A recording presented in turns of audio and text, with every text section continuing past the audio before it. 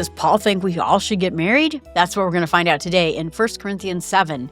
Well, marriage is going to be a big topic about what we're going to talk about today. Hi, this is Jill from the Northwoods talking about Bible topics and the Bible one small step at a time. Now, he's going to talk more about this. Remember, a big long letter, right? This is not chapters in a section. So we were talking about sexual immorality, but what's connected to it is marriage in and of itself. That what leads to the sexual immorality and how can it help us fix what is going wrong, or how can it actually, we can look at it the wrong way. He writes this matter. He says that, concerning the matter he wrote, you could tell that he's responding to information he's gotten already. They're sending him letters and he's sending him this letter particularly back. We don't have those other letters, but they are not probably part of canon. And, it's fine that we don't have them. So we know there has been correspondence. And so he is in the process of answering their questions. But you get this idea that he is talking to them about things they're asking him and going through this list in an organized way. So these topics are not all separated from each other. And some of them, he says that we were heard rebuking about this and that, and he's responding to those. And so then he comes and says that it's good for a man to not have relationships in the end. If you are the kind of person, like he is that kind of person, who doesn't need to have sexual relationships with another person, if you're a woman, another man, and a man, another woman, then you could be like him and you don't have to do any of that. But because of temptation, we tinker with sin. We don't take sin seriously. We tend to think of it as very lightly, especially now. Why should I avoid sin? We're having a good time. The idea is that we laugh at sin nowadays, and he is saying, because this temptation is so dangerous, that a man should have his own wife and a wife with her own husband, and that's where sex is limited between those two people. Those are the places where it's to be. It's ESV basically says there's no ownership, each of them, of their own bodies. They own each other.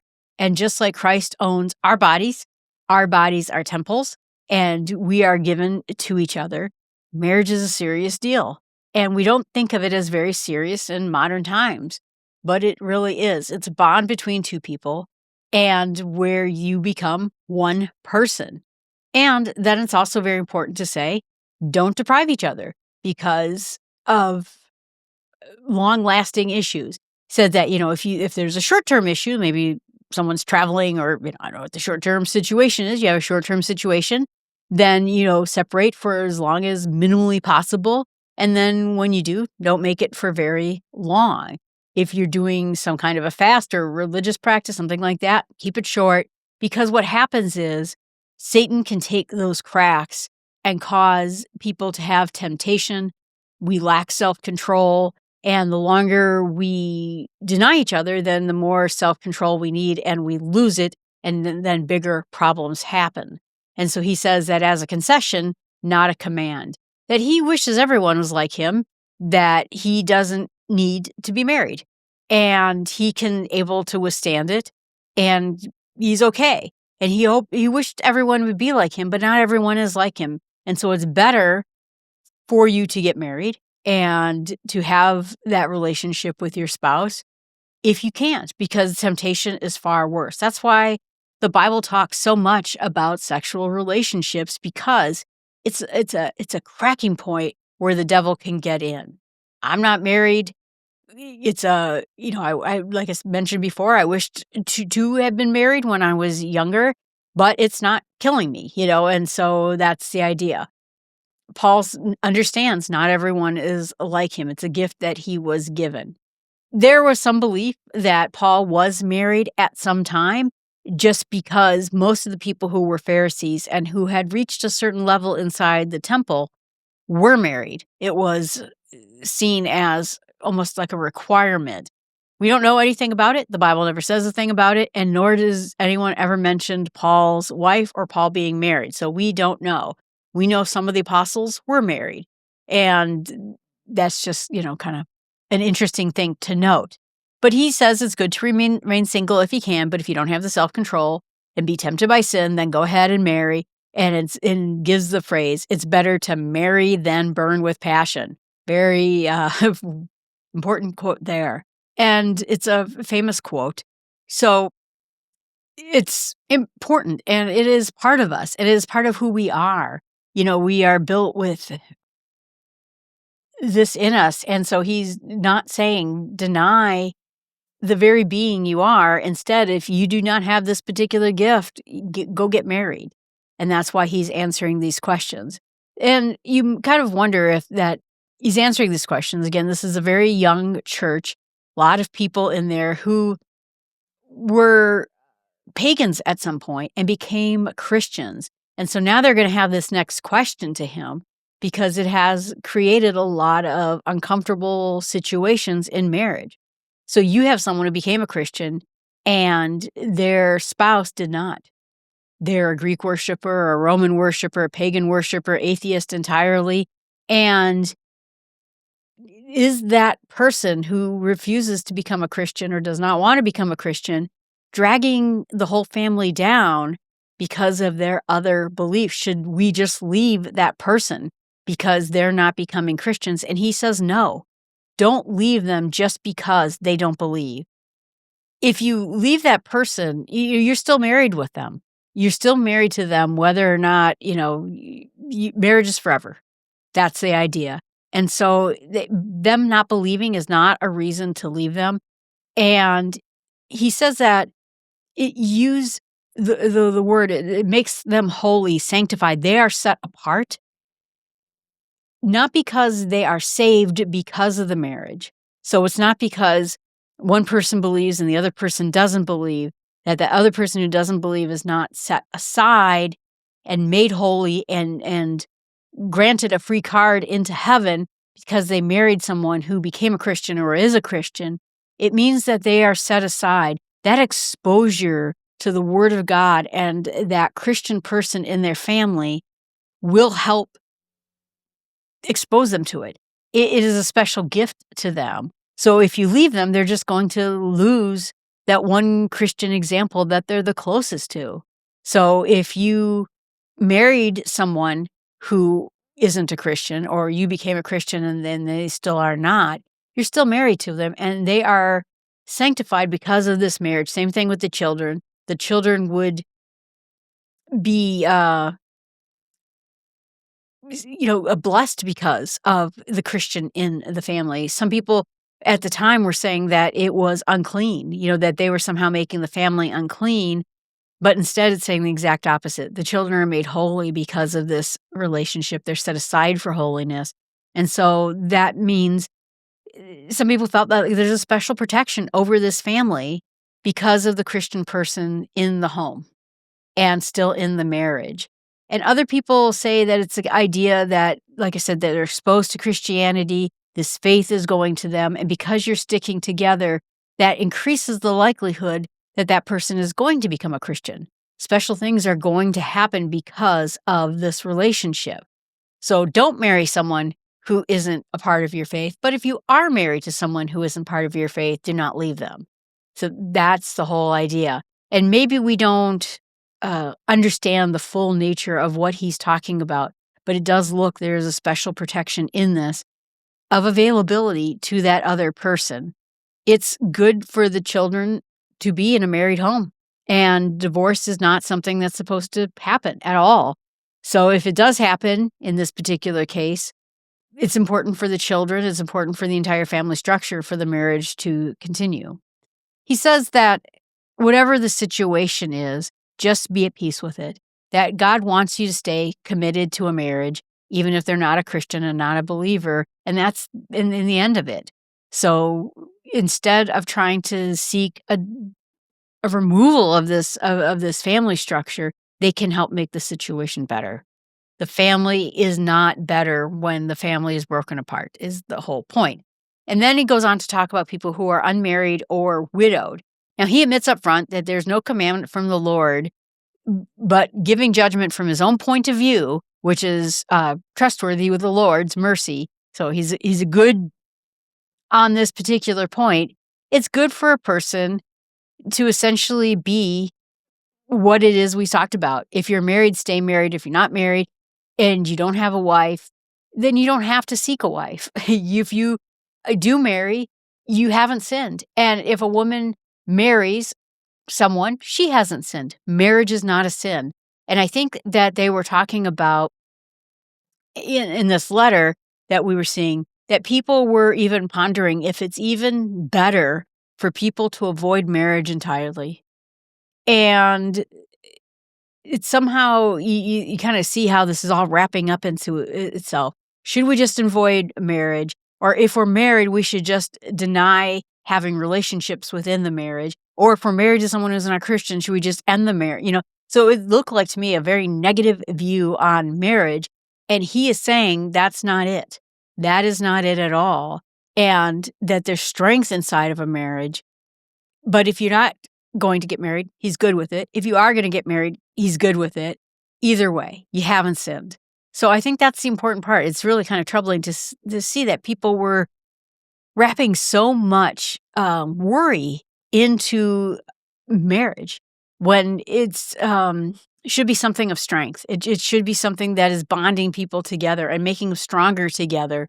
And marriage is hard, but that you have each other to fight with each other and to have those views.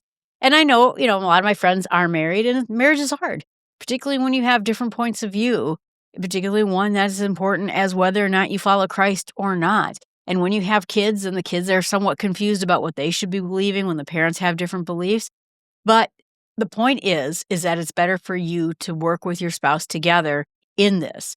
And that's the idea, that we are meant to stay together. So it comes back to this issue and talks about that if you can be single and you're not going to face extraordinary temptation, you're not going to burn with passion, that's a good thing too. If you want to get married, it's a good thing too. So do whatever it is you need to do. So it means that you use whatever it is that God has given you. If you have marriage, use that marriage in the faith.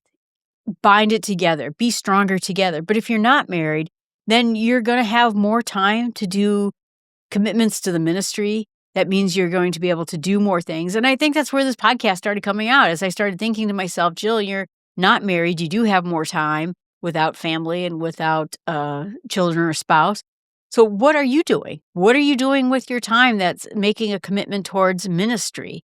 What are you doing to do anything? And that's where I thought this would be a good idea. I had actually started the other podcast first, and then I thought, hey, I should be really talking about God and the Bible, and this is something that I should do. So that's really what led me down this path, is thinking, what is it I can do with this time that God has given me?